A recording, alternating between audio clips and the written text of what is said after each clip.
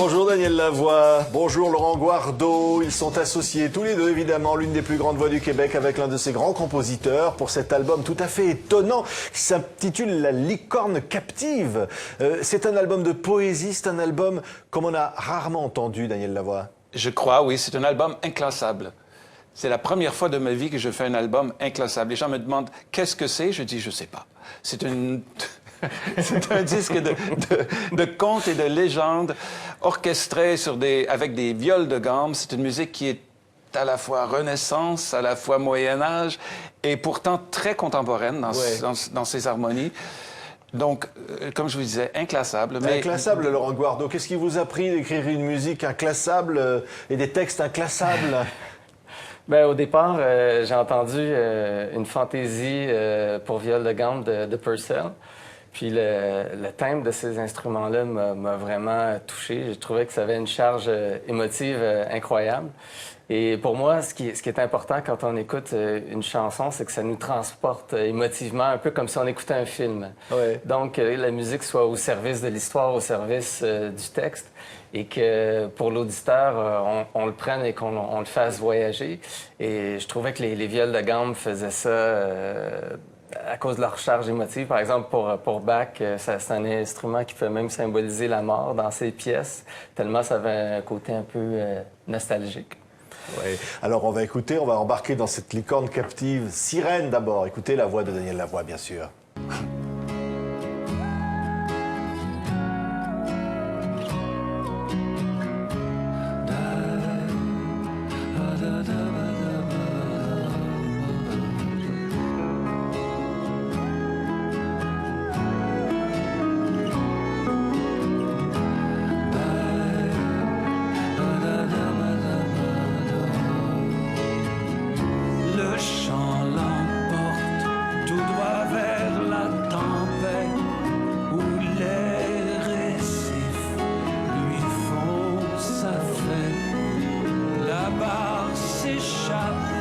La coque éclate, le vent déchire, la serre effrate.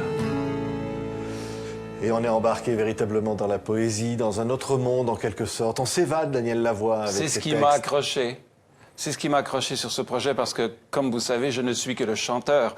Alors, un jour, je reçois un téléphone de Laurent Guardo qui me dit « J'ai fait quelque chose qui pourrait peut-être t'intéresser. Il me semble que ta voix irait bien avec des viols de gamme. » J'ai écouté, j'ai dit « Ouais, mais c'est un peu bizarre, ça jouerait pas à la radio, ça marcherait pas. » Et puis, je me suis rendu chez lui et j'ai essayé une chanson et je fus pris sous le charme. J'étais vraiment happé. On est impressionné par la voix, évidemment, de Daniel. Et puis, comme ça, comment porter des mots, comment porter une poésie qui raconte des histoires?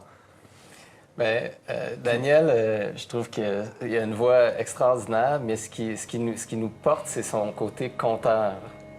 Quand il chante la chanson, il chante pas comme une mélodie pour faire joli. On sent qu'il mord dans les mots, qu'il les ressent et réussit à nous les transmettre. Et à ce niveau-là, on pourrait même dire que Daniel est un chanteur baroque. Parce que les viols de gamme sont un instrument qui était très populaire à l'époque baroque. Ouais. Et à cette époque... On vous voit d'ailleurs les images en même temps, là, c'est tout à Montréal, là, j'imagine, hein? Oui, c'est à Montréal. Ouais. Et l'orchestre est dans la rue. Ça s'y prête, Laurent? Tout à fait. La musique comme ça, on peut la faire n'importe où.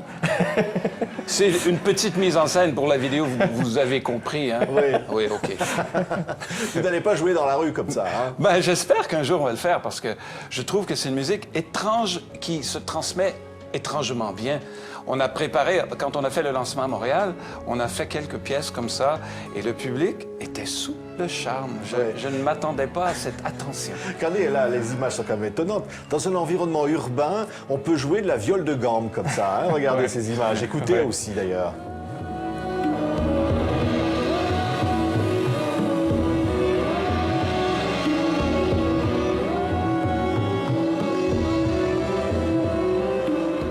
Ils sont là, les musiciens. Mais évidemment, la musique ne serait rien sans les mots. Qu'est-ce qui vous a touché, finalement, Daniel Lavoie, dans ces mots-là?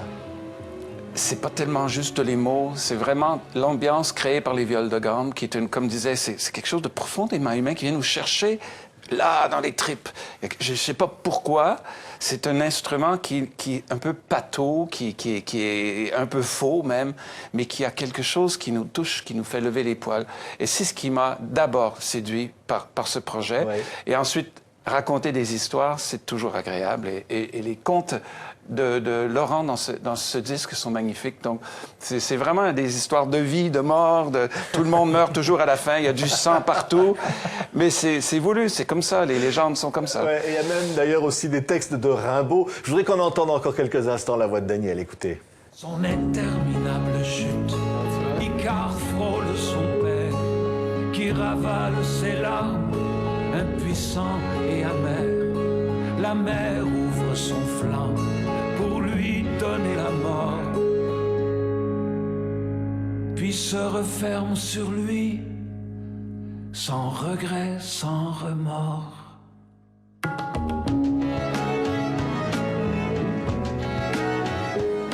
Voilà, c'est mélodieux, ça nous emporte. Laurent Guardo, c'est votre univers, c'est vous qui avez réalisé cet album. Oui, mais je dois dire que Daniel s'est beaucoup impliqué.